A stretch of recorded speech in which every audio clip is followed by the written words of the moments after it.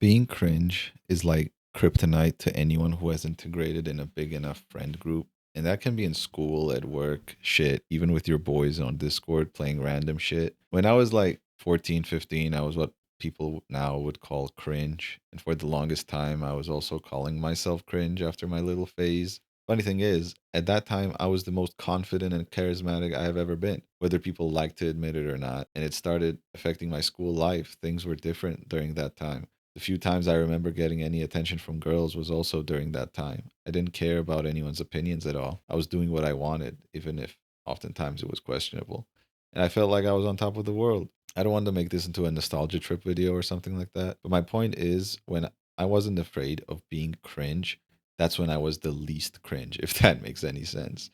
Because as you grow older and you keep trying to fit the mold and not do anything questionable and constantly go out of your way to be on people's good side, making sure you don't disappoint this person or that person, your mom, your dad, or whatever. You keep trying to be what other people want you to be because you don't know what you want to be yet. So you believe in the people you trust that they know the best for you. They don't. Nobody knows what's best for you, no matter how much they insist, no matter how much they love you or how much you love them. That has nothing to do with it. They will never know what you want to do.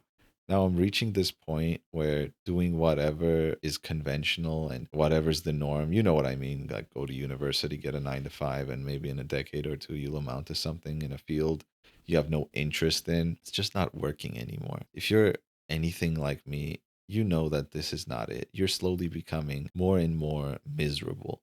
So I guess this video is like your reminder.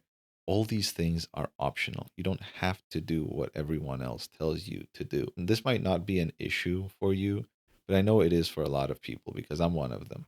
I've always been the neutral guy in school. Not like I regret it. It was a lot of fun being on the sidelines, a friend to a few, but also an enemy to none. But I can't afford being on the sidelines anymore, you know?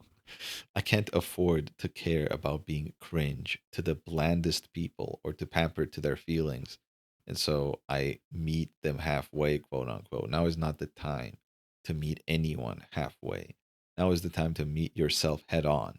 It's like that scene in Avatar where Uncle Iroh confronts Zuko and he keeps trying to do destructive shit to find the Avatar, all in the name of something that he doesn't even know if he truly wants. Who are you and what do you want? That whole scene is just gold. You disappointing people doesn't matter. Like how Zuko cared about disappointing his dad so much. When you think about it, it doesn't matter. The people that love you will keep loving you no matter if they agree with your actions or not. And if they don't, it's better that they disappear from your life entirely anyway. And you shouldn't be scared of that. Don't be attached to people that won't stick with you through thick and thin.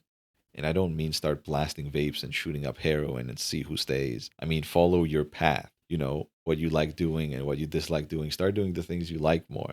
Give more things a try. You'll probably have to make some drastic changes in your life, but those decisions don't necessarily have to be difficult. If, let's say, 90% of people you surround yourself with are going to be against what you want when you start doing it, then that's 90% of your headache gone when you cut their volume off. Nowadays, unfortunately, it's way more than just the people around you because, quote unquote, the people around you are everywhere now. You open your phone, laptop, including me, I guess. You open your phone, your laptop, whatever, they're everywhere. And no matter where you look, you can see the opinion of every hive mind, let's call it, on full display.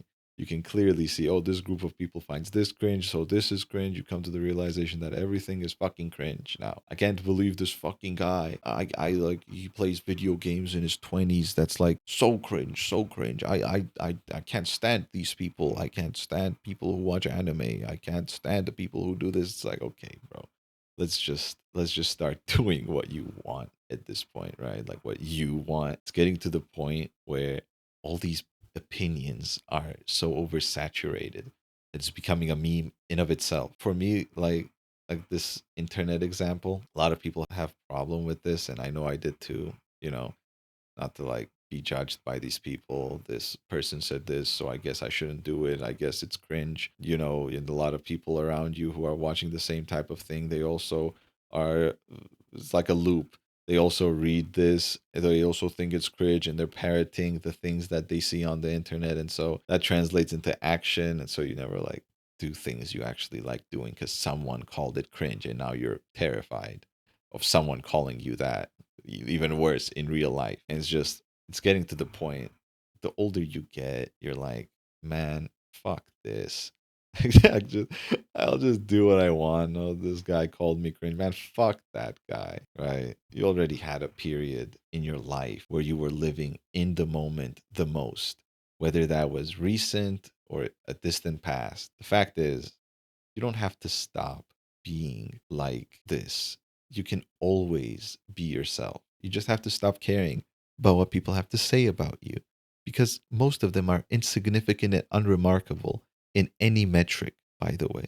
So stop holding yourself back with meaningless fears of things that are outside of your control. It's kind of synonymous to people pleasing, but instead of towards pleasing others directly by being unproblematic and unable to say no, you just stop yourself from becoming a target of your friends or family's judging gaze. I just wanted to get this out there because I think a lot of people are going through something like this and they don't even realize it. You know, it's such an unconscious, like a subconscious thing that you don't really understand until you kind of zoom out from yourself. You kind of look at yourself from a third party perspective and then you understand. You're like, damn, a lot of the things that I would like to do I actually don't do because of this fear of being cringe. Like, well, one of them, there's a lot of things, but that's basically what I'm trying to make videos on. The things that are kind of hard to notice, but you know are true, and you don't really pay attention unless you try. And so this is for those types of people, those people that know that something's wrong and they don't really know what exactly. And I hope this video is helpful in that case, if it is in any way. So thanks for watching, guys. That's it for me right now.